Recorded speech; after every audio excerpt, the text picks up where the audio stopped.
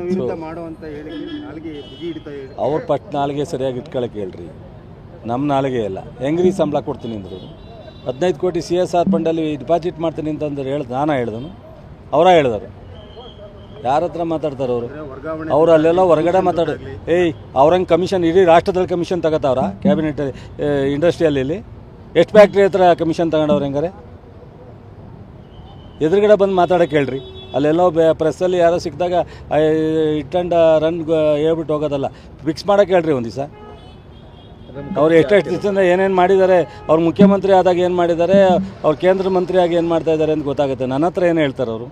So ಅವ್ರು ಹೆಂಗೆ ಹೇಳಿದ್ರು, ಅವರು ನಾನು 25 ಕೋಟಿ ಡಿಪಾಸಿಟ್ ಮಾಡ್ತೀನಿ ಅಂತ ಅವ್ರ ತಾನೇ ಪತ್ರಿಕೆಗೆ ಹೇಳಿದ್ದು. ಈಗ ಹೆಂಗಿಲ್ಲ ಅಂತ ಹೇಳ್ತಾರೆ ಅವರು. ಈಗ ಹೇಳ್ತಾರೆ ಅಂದರೆ ನಾನು ಸಂಬಳದ ಪಾಪದ ದುಡ್ಡಲ್ಲ, ಸಂಬಳದ ದುಡ್ಡಲ್ಲಿ ಕೊಡ್ತೀನಿ ಅಂತ. ಏನು ಇವರು ಒಬ್ಬರೇ ಸಂಬಳ ದುಡ್ಡಲ್ಲಿ ಕೊಡೋದು? ಇವರು ಬಾಪ ಕಮಿಷನ್ ಅಲ್ಲ, ಅವ್ರು ಸಂಬಳ ದುಡ್ಡಲ್ಲಿ ಕೊಡ್ತಾರೆ. ನನಗೆ ಗೊತ್ತಿಲ್ವ? ನಾನು ಅವ್ರ ಜೊತೆಲೇ ಇದ್ದವನು.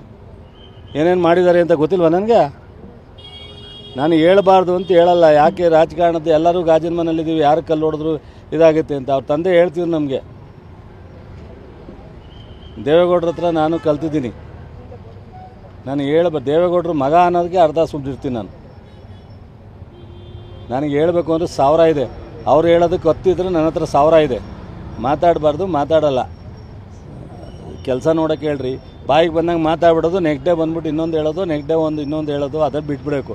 25 ಕೋಟಿ ಕೊಡ್ತೀನಿ ಅಂತ ಯಾಕೆ ಹೇಳಿದ್ರು? ಯಾವ ನಾಲ್ಗೆಲ್ಲಿ ಹೇಳಿದ್ರು? ಕಾನೂನಲ್ಲಿ ಅವಕಾಶ ಇಲ್ಲದಿದ್ಮೇಲೆ ಯಾಕೆ ಮಾತಾಡಬೇಕಾಗಿತ್ತು? ಹೇಳಿದ ಮೇಲೆ ಅದಕ್ಕೆ ಕಮಿಟ್ ಆಗಬೇಕಲ್ಲ. ಅವ್ರದ್ದು ಹೇಳಿ ಟಿ ವಿ ಮುಂದೆ ತಪ್ಪು ಅಂತ. ನಾನು ಗೊತ್ತಿಲ್ಲದೆಲ್ಲ ಮಾತಾಡ್ತೀನಿ ಅಂತೇಳಿ ಗೊತ್ತಿಲ್ಲದೆಲ್ಲ ಮಾತಾಡೋಕೆ ಮಾಜಿ ಮುಖ್ಯಮಂತ್ರಿ, ಕೇಂದ್ರದ ಮಂತ್ರಿ. CSR ಫಂಡಲ್ಲಿ ಯಾವುದು ಕೊಡಬೇಕು, ಯಾವುದು ಕೊಡಬಾರ್ದು, ಯಾವುದಕ್ಕೆ ಅವಕಾಶ ಇದೆ ಅಂತ ಗೊತ್ತಿರಲ್ಲ ಅವ್ರಿಗೆ. ಸ್ಕೂಲಲ್ಲಿ ಈಗ ನಾನು ತಿಂಗಳು ಸಂಬಳ ಕೊಡ್ತೀನಿ ಅಂದರೆ, ಈಗ ನೆನ್ನೆ ನಾನು ಬಾಕಿ ಪೇಮೆಂಟನ್ನು ನಾಳೆ ನಮ್ಮ ಫ್ಯಾಕ್ಟ್ರಿ ಅಧ್ಯಕ್ಷರಿಂದ ಮಾಡಿಸಿದ್ದೀನಿ. ಇಷ್ಟು ದಿವಸ ಆದಮೇಲೆ ನಾನೇ ಅವರು ಒತ್ತಡದ ಮೇಲೆ ಮಾಡ್ಸೋಕ್ಕೆ ಹೇಳಿದ್ದೀನಿ.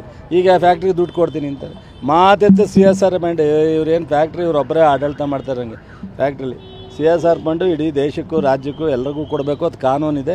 ಅದರಲ್ಲಿ ಅಷ್ಟು ಪರ್ಸೆಂಟೇಜ್ ಖರ್ಚು ಮಾಡ್ತಾರೆ. ಅದನ್ನು ಇವರೇ ಫ್ಯಾಕ್ಟ್ರಿ ಮಂತ್ರಿ ಇರೋದ್ರಿಂದ ಒಂದಷ್ಟು ಜಾಸ್ತಿ ಇವ್ರು ಕೇಳಿದ್ರೆ ಕೊಡ್ಬೋದು, ಅಷ್ಟೇ ಬಿಟ್ಟರೆ. ಈಗ ನಾವು CSR ಫಂಡಲ್ಲಿ ಹೆಲ್ತ್ಗೆ ಮಾಡ್ತಾಯಿದ್ದೀವಿ ಮತ್ತು ಶಿಕ್ಷಣ ಇಲಾಖೆಗೆ ಮಾಡ್ತಾಯಿದ್ದೀವಿ, ಸಾಕಷ್ಟು ಮಾಡ್ತಾಯಿದ್ದೀವಿ. ಆ CSR ಫಂಡ್ ಬಿಟ್ಬಿಟ್ಟು ಹೊರಗಡೆ ಬರೋಕ್ಕೆ ಹೇಳ್ರಿ. CSR ಫಂಡು ಮಾತಾಡ್ತಾರೆ. ಆಟೋದವರು CSR ಫಂಡ್ ಕೊಟ್ಟೆ, ಇದಕ್ಕೆ ಸ್ಕೂಲಿಗೆ CSR ಫಂಡ್ ಕೊಟ್ಟೆ, ಅದು ಯಾವುದೋ ಇದಕ್ಕೆ ಕಟ್ಟೆ, ಅದನ್ನು ಬಿಟ್ಟು ಹೊರಗಡೆ ಬರೋಕ್ಕೆ ಹೇಳ್ರಿ. ಇವ್ರ ವ್ಯಾಪ್ತಿ, ಇವ್ರ ಕೆಪಾಸಿಟಿ CSR ಫಂಡ್ ಅಂತ ಹೇಳಿಬಿಡಲಿ. ನನಗೆ CSR ಫಂಡ್ ಬಿಟ್ಟು ನನಗೆ ಏನೂ ಗೊತ್ತಿಲ್ಲ. ನನ್ನನ್ನು ಕೇಂದ್ರ ಸರ್ಕಾರ ಆ ಮಟ್ಟಕ್ಕೆ ಇಟ್ಬಿಟ್ಟಿದ್ದಾರೆ. ಕಳೆದ ಬಾರಿ ಅವರು ಹೆಲ್ಪ್ಲೆಸ್ ಅಂತ ಹೇಳಿದ್ದಾರೆ, TV ಮುಂದೆ ಹೇಳಿದ್ದಾರೆ ಹೆಲ್ಪ್ಲೆಸ್ ಅಂತ. ಆಂಧ್ರಕ್ಕೆ ಜಾಸ್ತಿ ಒತ್ತು ಕೊಡ್ತಾ ಇದ್ದಾರೆ ಕೇಂದ್ರದವರು, ನಾನು ಹೆಲ್ಪ್ಲೆಸ್ ಅಂತ ಹೇಳಿದ್ದಾರೆ. ಅದನ್ನು ನೀವು ಯಾರೂ ಪಾಪ ಹೆಚ್ಚು ಇದು ಮಾಡಲಿಲ್ಲ ಪ್ರಚಾರಕ್ಕೆ. ನೀವು ಸಹ ಅವ್ರ ಬಗ್ಗೆ ಅನುಕಂಪ ಇದ್ದೀರಾ, ಒಳ್ಳೆಯದಾಗಲಿ ಪಾಪ. ಅವ್ರಿಗೆ ಅನುಕಂಪ ಇದ್ದರೆ ನಾನೇನು ತಪ್ಪು ಅಂತ ಹೇಳಲ್ಲ. ಬಟ್ ಆದರೆ ಈಗ CSR ಫಂಡನ್ನು ಬಿಟ್ಟು ಹೊರಗಡೆ ಬಂದು, ಸೊ ಅವರು ಕೇಂದ್ರದಿಂದ ರಾಜ್ಯಕ್ಕೆ ಅಥವಾ ಜಿಲ್ಲೆಗೆ ಏನು ಮಾಡ್ತಾರೆ ಅಂತ ಮಾಡಲಿ, ಸಂತೋಷ.